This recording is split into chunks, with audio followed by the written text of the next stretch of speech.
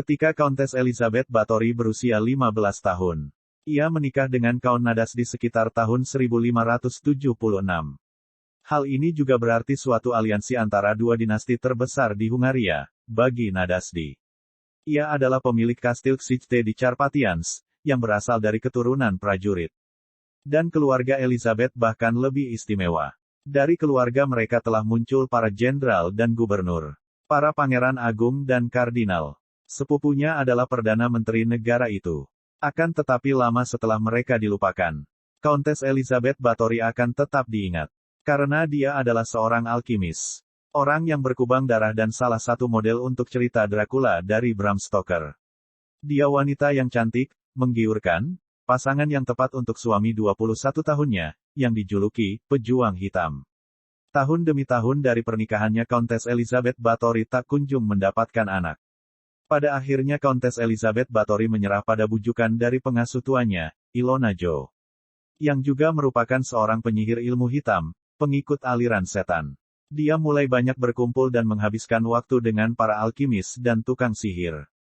Sampai saat ketika dia akhirnya mengandung. Dia memiliki 4 anak, yang menyebabkan dia menjadi lebih yakinkan akan kehebatan ilmu mereka. Ketika suaminya meninggal dia saat itu berumur kira-kira 41 tahun. Saat itu dia telah terjun sepenuhnya ke dunia praktik ilmu hitam. Sudah lama ada kasak-kusuk seputar kastil tempat pesta seks para lesbian. Penculikan gadis-gadis desa yang masih muda, hukum cambuk, dan penyiksaan yang sadis di sana. Dikisahkan sehari setelah kematian suaminya, Elizabeth Bathory menamparkan wajah seorang pelayan wanita sampai berdarah. Dia melihat bahwa darah pelayan muda itu membuat ia tampak lebih muda, dan kulit menjadi lebih lembut serta lebih kenyal.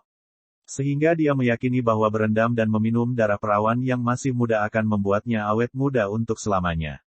Para penyihir dan dukun yang telah terbiasa menggunakan pengorbanan manusia, yang selama ini selalu berada di sekitarnya, menyetujui cara itu dengan antusias. Kemudian, Elizabeth dan kroni-kroninya mulai menjelajahi penjuru negeri untuk mencari anak-anak dan wanita-wanita muda, yang dibujuk untuk ikut ke kastil atau diculik. Lalu mereka digantung menggunakan rantai besi di penjara-penjara bawah tanah. Digemukkan dan disedot darahnya sebelum disiksa sampai mati dan tulang-tulang mereka digunakan dalam percobaan alkimis. Belakangan dikatakan bahwa Elizabeth Bathory sengaja membiarkan beberapa dari mereka tetap hidup, untuk menjilati darah dari tubuhnya ketika dia keluar dari bak mandi yang penuh darah. Tetapi kemudian dia akan membunuh mereka dengan brutal jika mereka gagal membuatnya terangsang atau menunjukkan tanda-tanda bahwa gadis-gadis itu tidak menyukainya. Meskipun demikian, darah gadis-gadis desa itu ternyata tidak dapat menghambat tanda-tanda penuaan Elizabeth Bathory. Dan setelah 5 tahun, Elizabeth memutuskan untuk mendirikan sebuah akademi bagi para wanita muda kalangan bangsawan, dan kini dia bisa berendam dalam kubangan darah biru, darah dari kalangannya sendiri. Akan tetapi kali ini, tak terelakkan lagi. Berita tentang kebobrokan moralnya sampai ke pengadilan kerajaan. Saudara sepupunya yang Perdana Menteri negara itu didesak untuk melakukan penyelidikan. Pemeriksaan mendadak di kastil mendapati Elizabeth Bathory yang tengah asyik dalam pesta seksnya. Tubuh-tubuh yang bergeletakan, tetesan darah, lusinan gadis dan wanita muda yang beberapa dari mereka kulitnya disayat-sayat. Di antaranya bertubuh gemuk seperti angsa-angsa Eropa yang menunggu giliran dibantai di penjara bawah tanah. Para pengikut Elizabeth yang mengerikan itu ditahan dan disiksa untuk mendapatkan pengakuan. Berikutnya, di pengadilan dengan tuduhan pembunuhan terhadap 80 korban yang ditemukan mati dalam kastil. Pengasuh tuanya, Lona Jo, dan salah satu penyedia gadis-gadis muda bagi sang Countess dijatuhi hukuman bakar di tiang gantungan, setelah terlebih dahulu jari-jari tangan mereka dipotong. Sementara sisanya banyak yang dihukum penggal. Sang Countess, karena seorang aristokrat, dia tidak dapat ditahan atau dieksekusi, karena dia tidak hadir dalam persidangan itu. Kepadanya disampaikan berita bahwa dia dituduh membunuh lebih dari 600 wanita dan anak-anak.